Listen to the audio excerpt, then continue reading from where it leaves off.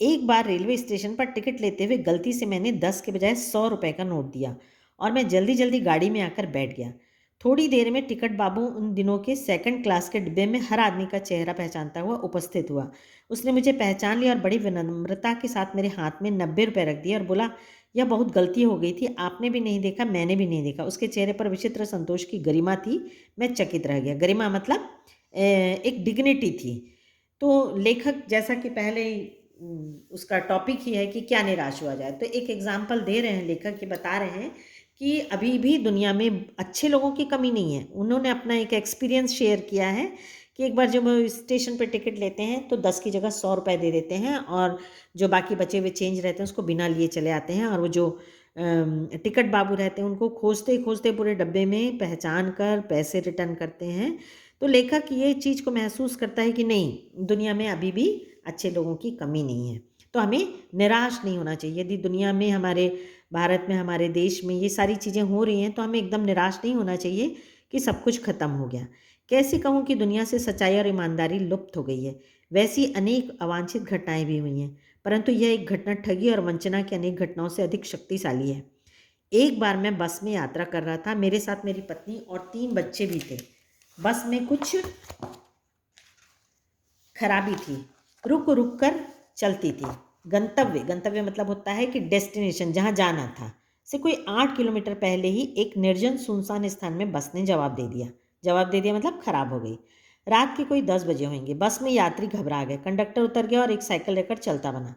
लोगों को संदेह हो गया कि हमें धोखा दिया जा रहा है। बस में बैठे लोगों ने तरह तरह की बातें शुरू कर दी। किसी ने कहा, यहाँ डकैती होती है, 2 दिन पहले इसी तरह एक बस को लूटा गया था। परिवार सहित अकेला मैं ही था। बच्चे पानी पानी चिल्ला रहे थे। पानी का कहीं ठिकाना नहीं था। ऊपर से आदमियों का डर समा गया था। कुछ नौजवानों ने ड्राइवर को पकड़कर मारने पीटने का हिसाब बनाया। ड्राइवर के चेहरे पर हवाइयाँ उड़ने लगी। हवाइयाँ मतलब डर गया। लोगों ने उसे पकड़ लिया। वह बड़े कातर ढंग से मेरी ओर देखने लगा। कातर मतलब दया की दृष्टि से, और बोला, हम लोग बस का कोई उपाय कर रहे हैं, बचाइए, ये लोग मारेंगे। डर तो मेरे मन में था, पर उसकी कातर मुद्रा देखकर मैंने यात्रियों को समझाया कि मारना ठीक नहीं है। परंतु यात्री इतना घबरा गए कि मेरी बात सुनने को तैयार नहीं हुए। कहने लगे, इसकी बातों में मत आइए, धोखा दे रहा है। कंडक्टर को पहले ही डाकुओं के यहाँ भेज दिया है। तो लोग ये सोचते हैं कि ये फ्रॉड है। मैं भी बहुत भयभीत था, पर ड्राइवर को किसी तरह मारपीट से बचाया। 1.5-2 घंटे बीत गए।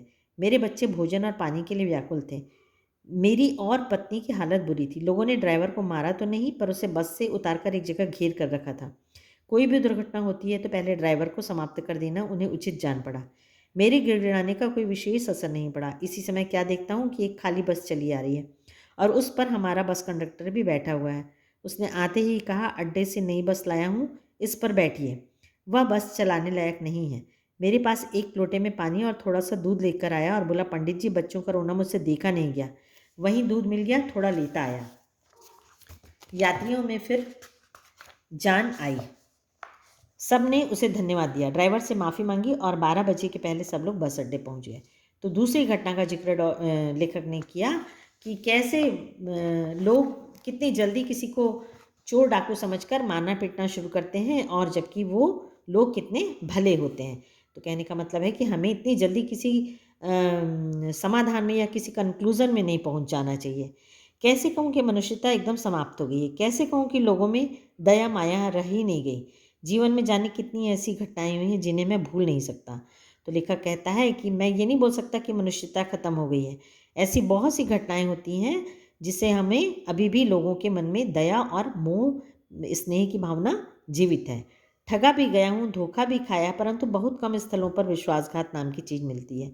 केवल उन्हीं बातों का हिसाब रखो जिनमें धोखा खाया है, तो जीवन कष्टकर हो जाएगा। परंतु ऐसी घटनाएं भी बहुत कम नहीं हैं जब लोगों ने अकारण सहायता की है, निराश मन को ढांढस दिया है और हिम्मत बंधाई है।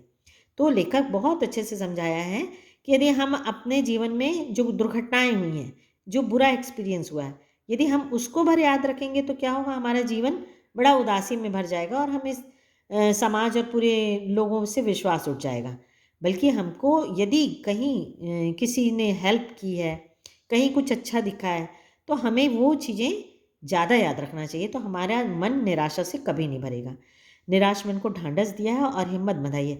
कविवर रविंद्रनाथ ठाकुर ने अपने प्रार्थना गीत में भगवान से प्रार्थना की थी कि संसार में केवल नुकसान ही उठाना पड़े, धोखा ही खाना पड़े, तो ऐसे अवसरों पर ही हे प्रभु मुझे ऐसी शक्ति दो कि मैं तुम्हारे ऊपर संदेह ना करूं। कितनी अच्छी बात बोली रविन्द्रनाथ टैगोर ने कि यदि कभी मुझे धोखा खाना पड़े, कोई नुकसान हुआ हो, तो मैं भगवान को कोसूं ना। तो अपन अधिकतर होता है ना कि कुछ अपने साथ ऐसा हो जाता बुरा, तो अपन तुरंत किसको क्लेम करते हैं? भगवान को। भगवान मेरे ही साथ ऐसा क्यों करता है, मेरी किस्मत खराब है, भगवान को मेरे ही साथ ऐसा करना है। तो हम सीधा सीधा कंप्लेन किसको करते हैं? भगवान को करते हैं। जबकि हमको होना ये चाहिए कि यदि हमारे साथ कभी गलत हुआ है तो हमको ये कहना चाहिए कि भगवान चलो थोड़े ही में हमको बचा दिया, बहुत ज़्यादा कोई धोखा नहीं दिया, इतने ही में हमें छोड़ दिया। तो हमें भगवान सबसे पहले तो ये करना चाहिए कि भगवान पे हमारी आस्था बनी रहे। मनुष्य की बनाई विधियां गलत नतीजे तक पहुंच रही हैं, तो इन्हें बदलना होगा। यदि कोई मनुष्य ने बनाया, जैसे अब सिस्टम है, अब राशन का सिस्टम है, शिक्षा का सिस्टम है, स्वास्थ्य का सिस्टम है कि गरीबों तक पहुंचाया जाए, और उसमें आधे से ज़्यादा जो है ऊपर वाले लोग खा लेते हैं। तो ये जो गलत चीज़ें हो रही हैं, हमें इन्हें सुधारना है। वस्तुतः आए दिन इन्हें बदला ही जा रहा है, लेकिन अब भी आशा की ज्योति बुझी नहीं है। महान भारतवर्ष को पाने की संभावना बनी हुई है, बनी रहेगी। मेरे मन निराश होने की ज़रूरत नहीं है। तो हमारा भारत महान था, महान है और महान रहेगा। ज़रूरत ये है, लेखक का कहना है, कि हमें निराश नहीं होना चाहिए। यदि कोई भी मनुष्य निराश हो गया तो समझो कि उसकी असफलता तो तय है। तो इस लेसन से सबसे ज़्यादा इंस्पिरेशन किसी को मिलेगा तो वो किसको मिलना चाहिए? आप जैसे स्टूडेंट को, क्योंकि आपके सामने पूरी लाइफ पड़ी है। बहुत सारे समय ऐसे आएंगे जब आपका मन निराश होगा, डिप्रेस होगे, असफलता हाथ लगेगी, लेकिन हमको निराश नहीं होना है।